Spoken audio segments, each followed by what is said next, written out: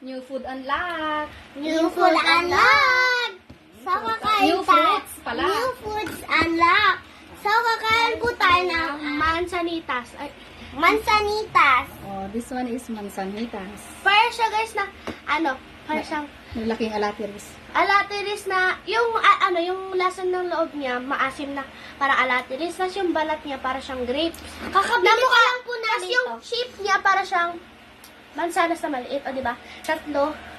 Mansanas, hindi para siyang ubas na maliliit. O, paano kainin yan? Oh, this one, ito yung medyo matigas. Yan. Paano kakainin? Igaganon guys. Ang asim ng balat niya. Yan. Hanggang sa Lumambot na. lumambot. Yan. Akin lumambot na. And then, kapag malambot na siya, ginaganyan. Nung bata kami, meron dun sa malapit sa bahay, may puno ng ganito. Inaakit niya. Hindi mo sa may-ari, humihingi kami. Guys, look. Yan. Look guys. Yan ang Ang laki tsura niya. niya. Pero May matamis, yung iba matamis, yung iba Maasim. maasim. Yan. Tapos aalisin yung buto. kakabili pa lang namin to guys. Ito matamis.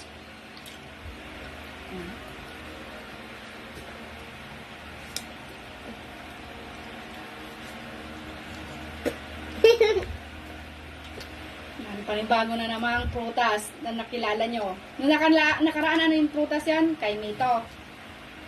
Kay Mito. Yun. Star apple. Ngayon naman, yan is manzanitas. So guys, bibili pa po kami sa palengke kung meron pong mga mga prutas na mga iba pa. Na bago sa paningin nyo. Opo. Masarap? Gusto ko yung balat niya.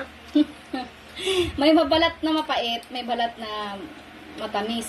Yung parang Maasim. nagbe-blend, nagbe-blend sa lasa ng nasa loob. Kakain tong balat. Oo, nung bata kami, kinakain namin. May maliliit, may malalaki dyan. Masarap? Satisfied kayo? Opo. Ito pa Sa bago niyong- mansanas, oh. Sa bago nyong na discover na fruits? Kuha pa ako. Gusto ko tong balat.